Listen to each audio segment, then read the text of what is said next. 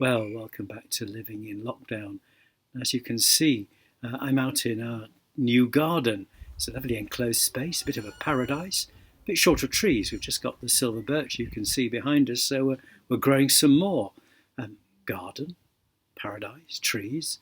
Yes, I started to think about Adam and Eve, and I suppose, in a funny way, being in the Garden of Eden was a sort of lockdown. They wouldn't have wanted to get out. But something happened to mean that they did leave and couldn't get back in again. It was to do with a tree, the tree we call the tree of the knowledge of good and evil.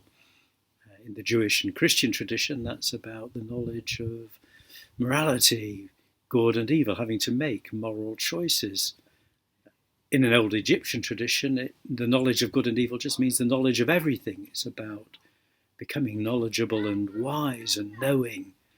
I'm told that in the Islamic tradition, it's more about taking ownership and possession of things. And the word used for the leaves that Adam and Eve used to cover themselves is the same word used for banknotes. Another sort of growing up. In fact, they're all about growing up, about no longer being children in God's garden. Now, put that way, you might think that growing up and becoming moral adults and owning things and making the world work is a desirable aim. And that will be the line that Judge Jonathan Sumption was taking over the weekend. A Supreme Court justice, now retired, a fellow medievalist, and he was strongly of the opinion that we shouldn't have the government telling us what to do. We should stay in lockdown voluntarily or leave and go out and take risks as we thought fit. And those who didn't want to take risks, well, it was all right, they could stay in lockdown. But of course, it's not as simple as that, is it? And when we go out and take risks, we don't take risks just for ourselves.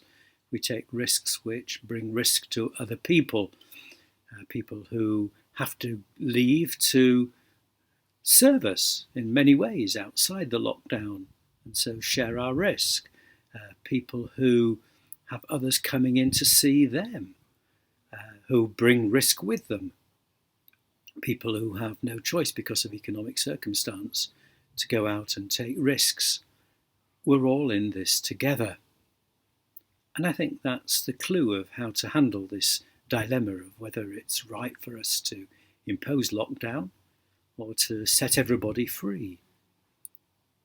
We do, in a way, have to give people choice. It's going to happen anyway. Lockdown will be eased. But that's not the end of the story.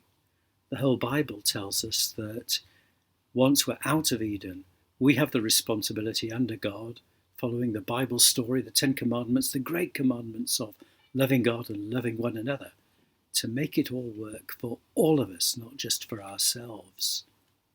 And so whether we're at home because we've got to be or because we've chosen to be, whether we're going out because we've got to or we've chosen to, actually the message is the same.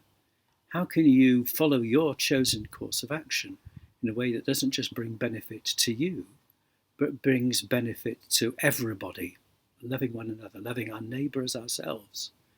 And when we do that, we're actually also fulfilling God's plan for the world.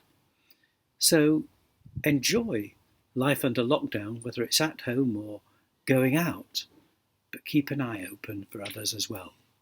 Bye-bye.